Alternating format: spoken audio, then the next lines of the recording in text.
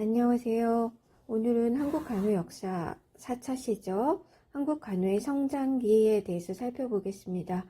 한국 간호의 성장기는 1960년에서 1979년까지 20년간을 이야기를 합니다.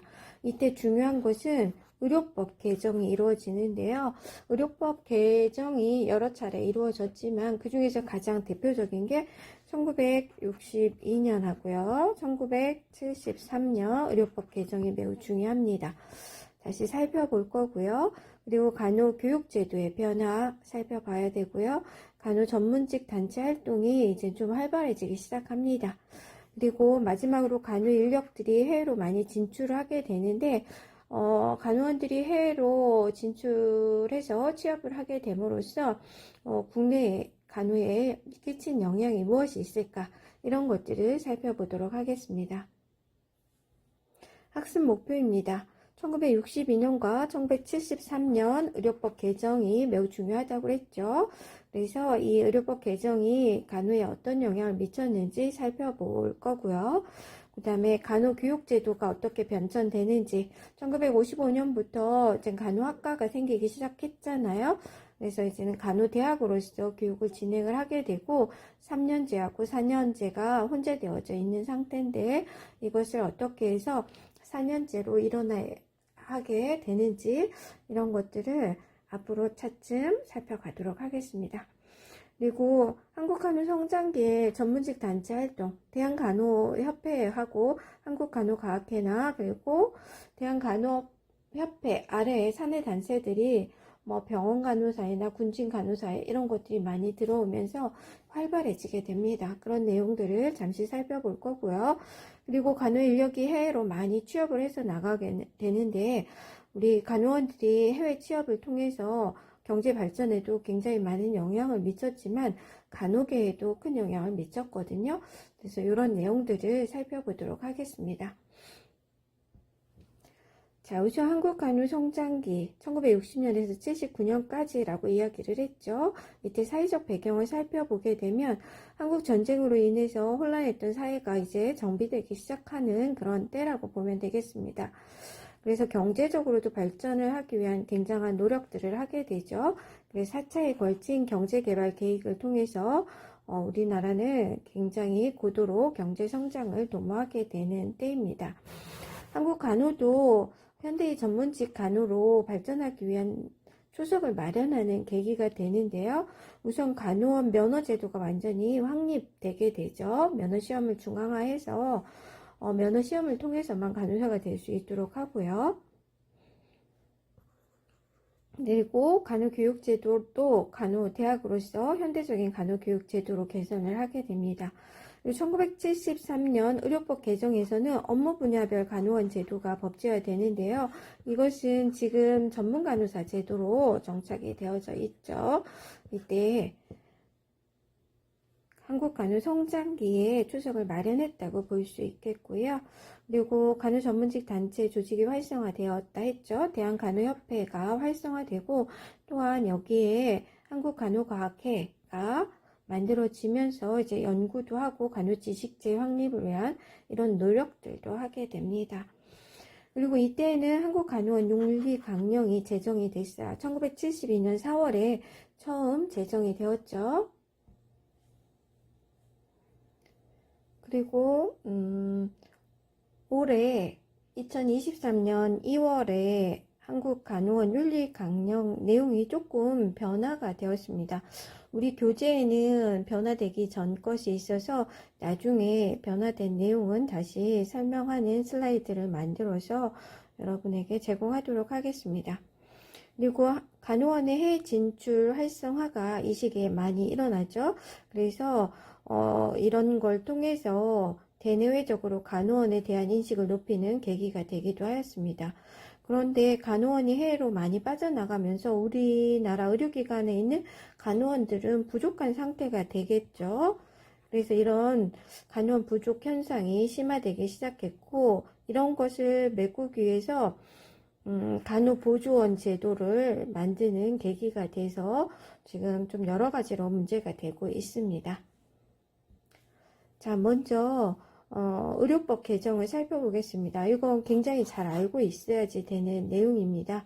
1962년 의료법 개정과 1973년 의료법 개정 내용 꼭 구분해서 설명할 수 있어야 되겠습니다. 자, 먼저 1962년 의료법 개정 내용을 살펴보겠습니다. 이 1962년 법률부터 의료법이라고 명칭을 개칭을 했고요. 이때 의료업자를 바꾸게 되는데요. 의료업자, 현재 의료인이라고 하는 거죠. 의사, 치과의사, 한의사, 그리고 조산원과 간호원으로 명시를 하고 보건원 제도는 폐지를 하게 되었습니다. 그리고 간호사의 임무도 규정을 하고 있는데요. 상병자 또는 해산부의 유형상의 간호 또는 진료의 보조에 종사하여 국민 건강의 향상을 도모하고 국민의 건강한 생활 확보에 기여함. 이렇게 한 줄로만 되어져 있어요. 사실 이 진료의 보조라고 하는 게 어디까지인지 애매모호한 상황이죠. 그리고 이런 법이 나중에 2015년에 이제는 간호사의 임무에 대한 내용이 개정이 되기는 했지만 또 이 진료의 보조까지만 들어가져 있는 부분이 있거든요. 의사와의 관계 속에서 하는 업무 중에는. 그래 지금 현재 이 내용을 좀 변경을 하기 위한 간호법을 제정을 하려고 하는데 지금 난간에 봉착해 있는 상태죠. 여러분도 관심을 갖고 앞으로 간호사가 될 것이기 때문에 간호사의 자격과 업무 범위에 대해서 명확한 간호법이 있어야 된다는 것을 좀 생각하고 거기에 대해서도 정책적인 대응을 해 나가는 것이 필요하겠죠. 네, 그리고 세 번째로는 간호원 국가시험 제도를 신설을 했습니다. 그래서 이 국가시험을 제도를 신설을 했다는 것은 국가시험을 보지 않으면 간호원 자격을 주지 않는다라고 보는 거죠. 그래서 그 이전에 1951년에 전쟁 때문에 무시험 면허 제도, 그러니까 간호학교를 졸업하면 시험을 보지 않아도 면허를 무조건 줬었죠. 그리고 간호학교를 다니지 않고도 시험 과목에 대해서 공부를 한 다음에 이 간호원 자격을 주는 그런 시험에 합격을 하게 되면 면허를 주는 검정고시제도 했단 말이에요. 무시험 면허 제도와 어쩔 수 없이 전쟁 중에 간호 인력이 많이 필요했기 때문에 이것을 했죠. 그때 물론 대한간호협회에서 굉장히 반대를 했지만 무산되었죠. 왜냐하면 전쟁이라는 특수성 때문에 간호원이 많이 필요하다. 그래서 이렇게 했다고 했죠. 근데 이것을 국가시험 제도를 신설함으로써 모두 폐지하게 됩니다. 그래서 국가시험에 응시할 수 있는 자는 누구냐면 보건사회부 장관이 지정한 학교를 졸업한 자 또는 보건사회부 장관이 지정하는 외국인 학교를 졸업하거나 외국인 간호원 면허를 가진 자에게만 국가시험 응시 자격을 부여했다라는 거죠. 보건사회부 장관은 지금은 보건복지부와 같은 거죠. 네, 그래서 간호사 국가시험 제도를 통해서 면허 제도를 강화했다고 볼 수 있습니다. 자, 그리고 조산업 면허도 분리를 했습니다. 이전에는 간호교육 과정을 수료하게 되면 면허를 줬죠. 꼭 시험을 안 봐도. 근데 면허도 간호원 면허와 조산업 면허를 동시에 두 개를 수료 학교만 나오면 졸업만 하게 되면 동시에 부여했었는데 이것을 조산업 면허를 분리를 했어요. 그래서 간호학교를 졸업하고 1962년부터는 면허시험에 합격해야지만 간호원 면허를 줬죠. 그래서 간호원 면허를 먼저 따야 되고요. 이 면허를 소지한 자가 보건사회부 장관이 인정하는 의료기관에서 1년간 조산 수습과정, 그러니까는 공부를 더 해야 되는 거야. 1년 동안 조산에 관한 업무를 더 익히고 난 다음에 부여를 했다라는 거죠. 지금도 간호사 면허를 딴 다음에 조산사가 되고 싶다고 하면 지금은 보건복지부죠. 보건복지부 장관이 인정하는 의료기관에서 1년간 조산 수습 과정을 해야 되고요. 그리고 또 시험에 합격해야지만 조산사 면허를 받을 수가 있습니다. 대표적으로 지금 이런 조산원 교육과정을 운영하고 있는 데는 대전에 있는 을지대학교 병원하고요. 부산에 있는 일신기독병원이 이러한 제도를 운영하고 있습니다. 나중에 여러분이 간호사 되고 혹시 조산사 자격을 따고 싶다고 하면 이런 것도 알아보고 하는 게 좋겠죠. 그리고 의료업자 신고 의무화 제도를 운영을 했죠. 이것은 간호원을 포함하는 의료업자는 좀 전에 앞에서 의사, 치과의사, 한의사, 간호원, 조산원이라고 했죠. 이렇게 5개 직종에 근무하는 의료업자는 매년 그 실태와 취업 상황을 보건사회부 장관에게 신고하도록 하였습니다. 그래서 정당한 사유 없이 신고를 하지 않으면 면허가 취소되도록 법에 이렇게 명시를 하고 있는 거죠. 그리고 1962번 의료법 개정에서는 의료업자의 중앙회 설립 및 가입을 의무화했어요. 의료업자들은 중앙회를 설립을 해요. 그러니까는 전문직 단체를 얘기를 하는 건데, 간호원이나 조산원 같은 경우는 대한간호협회죠. 의사 같은 경우는 의사협회, 치과의사는 치과의사협회, 한의사는 한의사협회를 만들고 그 업무를 하기 위해서는 거기 협회에 의무적으로 가입을 해야 된다는 거죠. 그래서 이때부터 1962년부터 간호사로서 활동을 하기 위해서는 반드시 간호사는 대한간호협회에 가입을 해야 됩니다. 조산원도 마찬가지죠. 그래서 의무적으로 가입하도록 하였다라는 거고요. 그리고 또 이때부터 의료법 시행규칙에 간호원 정원 규정을 두어가지고요. 의료기관 입원 환자 5명에 대해서 간호원 2명을 두도록 규정을 했습니다.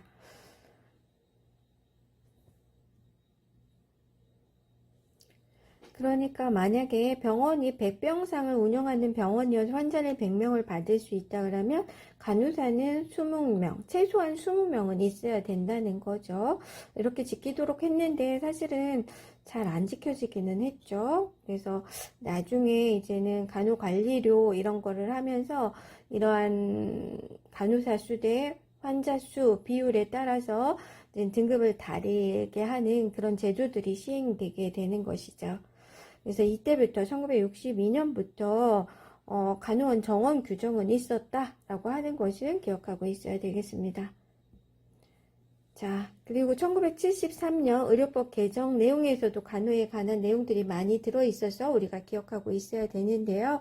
1973년에는 의료업자에서 의료인으로 지금처럼 명칭이 개정이 됩니다.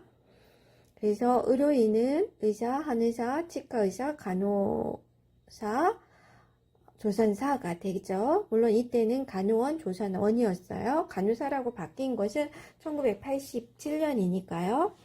그리고 두 번째로 간호원 면허 국가시험 응시 자격을 강화했습니다. 그래서 간호학을 전공한 대학을 나오거나 전문대학을 나오거나 간호학교, 초급대학이죠. 이것도 간호학교를 졸업한 자만 간호원 면허 국가시험을 응시할 수 있었습니다. 그럼 이게 무슨 문제냐라고 하면 간호고등기술학교, 그러니까 고등학교 수준의 학교는 폐지 수준을 겪게 된다는 거죠. 그래서 이때부터 보건사회부 장관이 인정하는 외국의 간호학교를 졸업하거나 외국의 간호원 면허를 소지한 자와 우리나라 간호학 전공대학, 전문대학 또는 간호학교를 졸업한 자만이 간호원 면허 국가시험 응시 자격을 가졌다라는 거예요. 그러면 간호고등학교 다니고 있는 친구들이 있을 거 아니에요? 그리고 졸업하고 나서 국가고시 합격하지 못한 친구들도 있잖아요. 그런 사람들을 위해서는 단이라고 하는 이런 것을 단서를 조항을 달았죠. 법 시행 당시 간호고등학교를 졸업하거나 재학 중인 자는 이 법 시행 후 5년 이내에 하나여 간호원 국가시험에 응시할 수 있도록 한다라는 단서 조항이 있었습니다. 그러니까 1973년부터는 이제 간호고등기술학교에는 학생을 받지 않죠. 그러니까 3년 뒤인 1976년에는 간호고등기술학교는 완전히 사라지게 된다. 이렇게 생각하면 되겠습니다. 그리고 1973년에 업무 분야별 간호원 자격이 신설이 돼서 현재의 전문 간호사 제도가 정착되는데 초석이 되는 길을 마련했다 볼 수 있어요. 어떤 분야였냐면 지금은 13개 분야지만 이때는 3개 분야로 시작을 했습니다. 보건간호, 맞지간호, 정신간호 분야였고요. 간호원 자격을 취득을 한 다음에 각 분야, 내가 되고 싶은 분야가 있잖아요. 자격을 취득하고 싶은 보건간호나 마취간호나 정신간호 분야에서 1년 이상의 교육과정을 이수한 자에게 별도의 자격증을 교부해서 보건간호사, 마취전문간호사, 이때는 전문간호사는 아니었어요. 정신간호사로서 활동을 할 수 있게 해주었던 것이죠. 자, 그리고 1973년에는 간호기록부를 이때부터 별도로 작성해서 보관하도록 하고 있습니다. 네, 간호기록부를 진료기록부에서 분리해서 별도로 작성하고 보관도 해야지 되는데요. 의무적으로 간호기록은 5년 이상 보관을 해야 합니다. 그리고 이전에는 의사 기록 속에 간호 기록도 포함되어져 있다 그러면 지금 간호사는 반드시 자신이 한 간호 행위에 대해서 기록을 명확하게 남겨야 되는 것이죠. 그리고 1973년부터는 연 1회 이상 보수 교육, 의료인에게는 보수 교육을 실시하도록 하고 있습니다. 그래서 의료인 중앙회는 매년 1회 이상 회원에 대해서 보수 교육을 종합병원이나 또는 병원에 위탁하여서 실시하도록 하고 있고요. 지금도 이렇게 하죠. 그래서 대한간호협회는 각 병원이나 종합병원에 있는 간호사 선생님들에게 보수교육 지도자 교육을 실시를 합니다. 그리고 그렇게 지도자 교육을 받은 선생님들이 종합병원이나 대학병원에 와서 자신들의 병원에 있는 간호사 대상으로 하고요. 또 인근에 있는 이렇게 종합병원이나 이런 곳이 아니어서 보수교육을 시행하는 간호사가 없는 그런 병원들도 있죠. 그런 병원들에 있는 간호사들도 이곳에 와서 교육을 받을 수 있도록 하고 있습니다. 현재도 연 1회 이상 하고요. 현재는 최소 8시간 이상을 수료해야지 되죠. 네, 수료해야지 지금은 이제 면허신고 제도도 있어서 이 보수교육 이수한 것이 있어야지만 면허도 신고를 할 수 있거든요. 그래서 이런 것들을 해야 된다는 것 알고 있어야 되겠습니다. 그리고 이때 1973년에는 간호보조원 관련 조항이 추가되는데요. 이 간호보조원에 관한 법조항이 의료법 내용에 들어가게 됩니다. 그 이전에는 의료기사법 이런 데 들어서 있는데 이게 의료법 안으로 들어오게 되고요. 간호보조원은 도지사의 자격 인정을 받도록 합니다. 간호사는 면허고요. 간호보조원은 자격입니다. 그리고 간호사는 나라에서 주는 거죠. 나라의 행정기관인 보건복지부의 면허를 받게 되는 것이라는 것도 알고 있어야 되겠습니다. 자, 다음은 한국간호성장기인 1960년에서 79년의 간호제도의 변화를 살펴보도록 하겠습니다. 우선 간호교육제도 관할이 좀 혼재되어져 있었어요.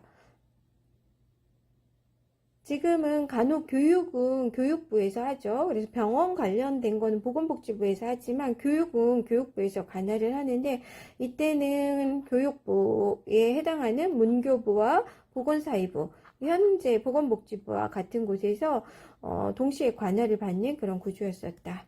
그리고 간호교육제도도 혼재되어져 있었습니다. 간호고등기술학교도 있었죠. 3년제 간호학교. 전문대학이죠. 간호학교 초급대학이나 전문대학 수준이 있었고 4년제 간호학과 이렇게 여러가지 교육제도가 혼재되어 있었죠. 그래서 3년제 간호교육 과정을 살펴보게 되면 이 발전 순서를 보는 거예요. 1946년에 고등간호학교로 미 군정기의 간호부 양성소에서 명칭이 개칭이 되죠. 그리고 1953년도에 간호고등기술학교로 다시 개칭이 되었다가 이거는 1973년도에 면허시험 자격을 전문대학, 초급대학 수준 이상으로 바꾸면서 학교에 학생을 받지 못하고 1976년에 완전히 폐지된다 하였어요. 그리고 1962년에 간호학교 초급대학 수준의 3년제 대학이 만들어지게 되고요. 이것은 이제 간호전문대학으로 바뀌었다가 그리고 1979년에 간호전문대학으로 명칭이 바뀌게 됩니다. 4년제 간호교육 과정은 지난 시간에도 잠깐 살펴보았는데 1955년에 이하여자대학교 의과대학 간호학과가 최초로 개설되어졌다고 했죠. 간호 4년제 학사 과정과 석사 과정이 생긴 순서는 구한말 간호교육기관이 생긴 순서와 똑같다 했죠. 그래서 보군여관이니까 이화여자대학교고, 두 번째는 세브란스 간호부 양성소니까 연세대학교 의과대학 간호대학이고요. 그 다음에 세 번째로는 대한의원 간호부 양성소니까 서울대학교 간호학과, 이런 식으로 생겼다라고 얘기했죠. 이렇게 외우면 잃어버리지 않겠죠. 그 뒤에 뭐 다른 많은 4년제 대학에서 간호학과가 만들어졌다라는 거고요. 그리고 간호대학 승격도 이하여자가 여자대학교 가장 먼저, 그 다음에 연세대학교 간호학과가 간호대학으로 두 번째로 승격이 되었습니다. 석사 과정도 마찬가지라 했죠. 이하여자, 연세대학교, 서울대학교 순이에요. 박사 과정만 좀 바뀌었어요. 연세대학교가 먼저 생기고요. 그 다음에 이하여자대학교 대학원에 간호학 박사과정이 생겼습니다. 그런데 이렇게 한국 간호 성장기인 1960년과 79년에 3년제와 4년제 이원화된 교육과정이 혼재하잖아요. 그런데 국가시험은 동일한 국가시험을 봤죠. 그리고 국가시험에서 면허를 주는 것도 똑같아요. 그리고 병원에 와서 일을 하는 것도 똑같아요. 그러면 이렇게 할 필요가 없는 거죠. 그리고 간호사는 고등교육을 받고 국민 건강에 입여제 하는 게 굉장히 중요하잖아요. 그래서 미국에서도 고등교육을 받자라고 이렇게 했었잖아요. 우리나라도 그래서 간호 전문직 발전을 하기 위해서는 4년제 고등교육으로 고도로 된 교육을 받는 것이 더 중요하다. 학사과정으로 하자라고 해서 이후에 계속 4년제 학사과정으로 일어나기 위한 노력들이 생기게 되는 것입니다. 자, 이제 간호 전문직 단체 활동과 간호사의 해외 진출을 살펴보도록 하겠습니다. 한국 간호 성장기의 간호 전문직 단체 활동은 대한간호협회 활동이 좀 더 확자되고 확장되었다고 생각하면 되겠습니다.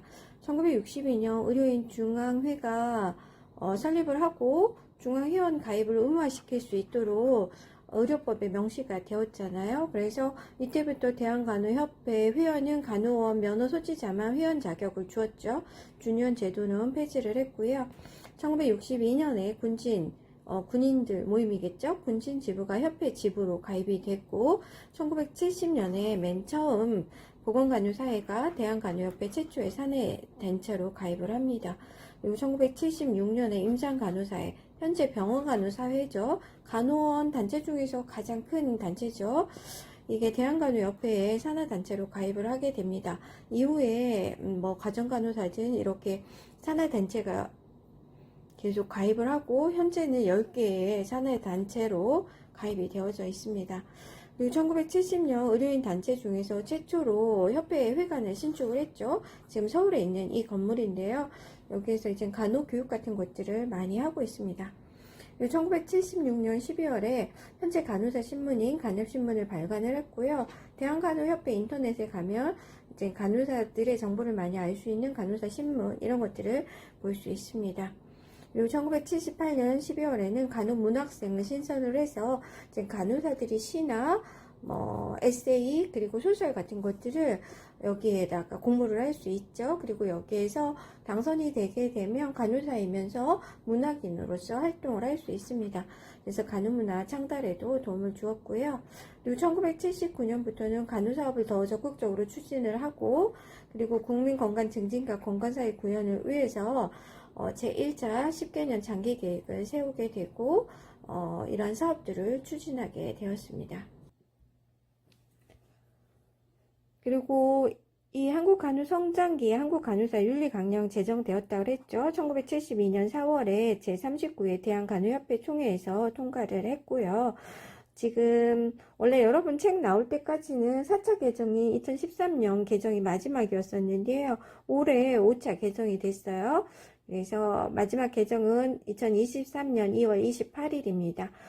바뀐 게 몇 가지 있는데요. 그것은 다음에 다시 한번 설명하도록 하겠습니다. 그리고 최초로 한국 간호원 윤리강령 제정해서 발표해서 서문과 15개 조항, 강론으로 구성되어져 있는데요. 지금은 조금 강론이 하나 늘었더라고요. 다시 설명하겠습니다. 그리고 이것이 이제 방송에 대체적으로 방송되면서 당시에 굉장히 높은 사회적 관심을 받고 간호사의 위상이나 간호사의 윤리 이런 것들에 대해서 사람들에게 공부할 수 있는 시간이 되었습니다. 그리고 대한간호학회도 창립을 했는데요. 대한간호협회가 이제 간호사들의 그런 회원들의 단합이나 이런 것들을 위해서 하는 것이라고 하면, 학회는 간호지식제를 위해서 연구 뭐 이런 것들을 하는 그런 조직이라고 보면 되겠습니다. 계속 교육과정 내에 석사나 박사과정이 생기니까 간호학자들이 생기는 거죠. 연구를 하시는 분들이 많아지는 거예요. 그래서 간호학문의 발전을 촉진할 수 있도록 학회 창립 요구가 높아져서 1970년 4월에 대한간호학회, 현재는 한국간호과학회라고 합니다. 이것을 대한간호협회 산하단체로 창립을 했었는데요. 1974년에 독립된 기관으로 분리해서 나오게 되죠. 이 대한간호학회, 한국간호과학회가 하는 일들은 간호교육 개선을 위한 연구를 많이 하고요. 간호 업무 분석, 이것도 연구라고 볼 수 있죠. 그리고 조직적 간호기술 훈련하거나 통계적 활동과 조사, 교육평가 이런 것들을 하고 있습니다. 그리고 학술지를 발간을 해서 연구한 것들을 여기에 실게 되죠. 그리고 한국간호과학회에 이런 학술지들이 여러 가지 많이 있는데요. 이런 학술지들은 세계적으로 유명한 등재지로서 그 위상이 높다고 할 수 있습니다. 한국간호과학회라고 이렇게 홈페이지를 치게 되면 여러분이 들어가서 볼 수 있고요. 여러분도 여기에 있는 논문이나 이런 걸 통해서 공부를 하시는 동안 활용을 할 수 있습니다. 자, 그리고 한국 간호 성장기 마지막인데요. 간호 인력의 해외 진출입니다. 간호 인력이 해외로 진출되기 시작한 사회적 배경을 보게 되면, 이때에는 이제 간호사들이 유학을 가기도 하고요. 교환 간호사나 취업, 이민 같은 여러 가지 목적으로 이제는 해외로 많이 나가게 되죠. 대표적으로 서독에 많이 나갔고요. 처음엔 서독에 많이 나가다가 그 다음에 미국, 베트남, 중동, 1980년대 이후에는 중동이나 미국으로 굉장히 많이 취업을 가게 되죠. 그리고 1965년에 박정희 대통령이 서독을 방문하고 와서 한국해외개발공사라고 하는 것을 만들고요. 여기를 통해서 간호사들을 서독에 굉장히 많이 파견을 하게 됩니다. 그 외에도 교회 기관 같은 곳을 통해 가지고 해외 진출을 많이 하게 되죠. 그래서 이렇게 파독 간호사나 또 파독 광부에 대한 이야기를 영어로 만들었었던 게 국제사회라고 하는 영화였었잖아요. 거기에도 보면 간호 인력들이 얼마나 해외로 많이 나가는지 이런 걸 볼 수 있습니다.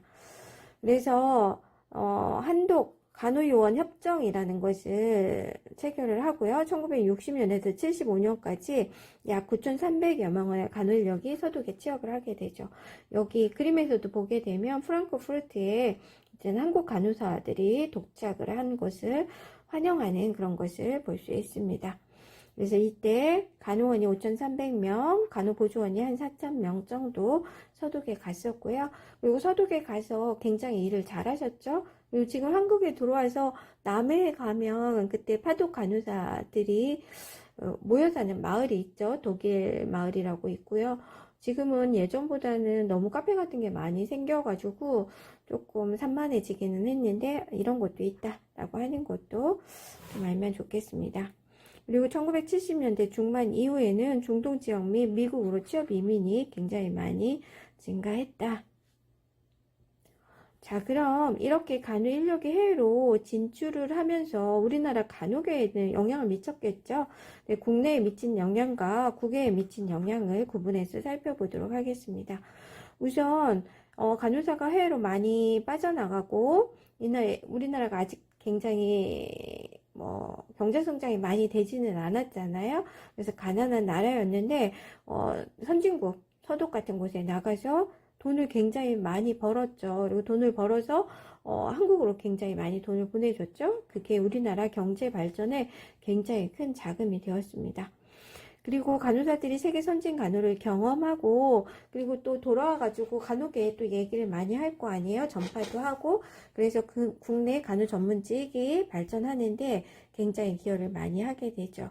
그리고 이렇게 간호사들이 경제 발전에 도움을 주기도 하고 또 간호가 또 계속 발전하면서 간호 전문직에 대한 사회적 인식 수준도 굉장히 높아졌겠죠. 왜냐하면 계속 방송에 나오니까 간호사들이 가서 돈을 벌어서 어떻겠다 이런 것들이 뉴스에 계속 나오니까 사람들이 간호사가 그런 일을 이렇게 하면서 인식이 높아질 수밖에 없었죠. 하지만 이렇게 많은 간호사들이 해외로 빠져나가니까 국내에는 간호 인력이 부족해지겠죠. 그래서 의료 현장에는 간호 인력난이 일어나게 됩니다.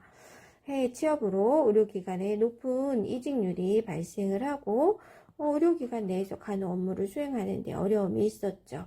그리고 이렇게 간호 인력이 부족해지니까 이거에 대해서 또 이슈화가 되고 간호 인력 부족 해결을 위한 정치를 내놓아라 이런 것들이 많이 있었을 거예요. 그래서 이렇게 부족한 간호 인력 수급을 해결하기 위해서 간호교육기관을 많이 만들어내겠죠. 그런데 간호교육기관이 만들어놨다고 해서 간호교육을 할 수 있는 교육자가 금방 많이 양성이 되는 건 아니잖아요. 그래서 교육시설도 이렇게 만들려고 했지만 교육시설이 열악했고 또 교수위원회 자질도 부족해서 질적인 저하가 일어날 테고요. 간호사들도 문제가 될 수 있겠죠. 그래서 이런 것을 인력을 해결하기 위해서 이때 안 좋은 선택을 했어요. 간호사를 더 빨리 어떻게 교육을 할 건가 이런 것들을 한 게 아니라 간호보조원을 단기 양성해서 간호사가 못하는 일을 하게 한 거죠. 원래 미국이나 이런 데에서는 간호사가 해야 되는 일, 간호조무사가 해야 되는 일 구분이 있었는데 우리나라는 간호조무사를 통해서 간호사가 하는 일을 할 수 있게 만들었죠. 원래 이게 불법이에요. 법에도 되지 않음에도 불구하고 이것이 만들어져서 부족한 인력을 좀 보조해서 채우라고 했는데 비정상적으로 활용이 돼서 문제가 됐죠. 그리고 간호보조원의 업무나 훈련 담당 기간, 훈련 기간 등 공포로 인해서 단기간에 많은 수의 간호보조원을 양성하기도 했습니다. 그리고 또 이때 베트남 전쟁이 발발을 하게 되죠. 베트남 전쟁은 1964년부터 파병을 해서 군인하고 간호장교를 파병을 하게 됐는데요. 간호장교들이 많이 필요하겠죠. 그리고 부상한 장병들이 귀국을 하게 되면 또 이들을 군에서 간호를 해야지 되잖아요. 근데 이러한 부상자를 간호할 수 있는 인력들이 부족을 했어요. 그래서 간호 인력을 긴급 군에 투입을 하기 위해서 을종 위탁생 제도라고 하는 걸 만들어서 간호장교를 양성을 하기 시작합니다. 그런데 일이 너무 힘들었나 봐요. 단기만 복무를 하고 전역을 해요. 계속 오래 장교를 뽑아서 오래 군에 남아있도록 해야 되는데 얼마 정도 일을 하고 계속 군에서 빠져나가는 거죠. 그래서 이렇게 해서는 안 되겠다. 간호장교가 너무 빈번하게 교체된다. 이렇게 하니 후상병, 환자 간호에 질적인 문제가 초래되는구나 해서 육군 간호학교를 창설을 하게 됩니다. 육군 간호학교가 1967년에 창설이 되고요. 국군 간호학교로 1971년 명칭이 개칭이 되었고 1980년에 4년제 국군 간호사관학교로 바뀌었습니다. 자, 이렇게 간호 인력이 해외로 빠져나가면서 여러 가지 영향이 생겼잖아요. 이런 거 꼭 기억하고 있어야 되겠죠. 그리고 우리나라 간호사가 해외 진출하고 국외에 영향을 미친 것은 한국 간호사들이 굉장히 가서 일을 잘했어요. 그래서 한국 간호사 역량을 세계에 떨치는 계기가 되었고 이를 통해서 국위를 선양하고 한국이라는 나라가 그런 나라였어 이렇게 알게 하는 그런 기회가 되기도 하였습니다. 자, 지금까지 한국 간호 성장기 간호에 대해서 살펴보았죠. 의료법 개정안 살펴보았고요. 3년제, 4년제 간호교육 제도가 혼재했었던 것 알아보았고요. 그리고 이제 간호 인력의 해외 진출하는 것, 그리고 한국 간호 전문직 단체 활동이 어떻게 이루어졌는지 살펴보았습니다. 자, 여기까지 하고요. 다음 시간에는 한국 간호의 발전과 2000년대 이후에 한국 간호 도약기를 살펴보겠습니다.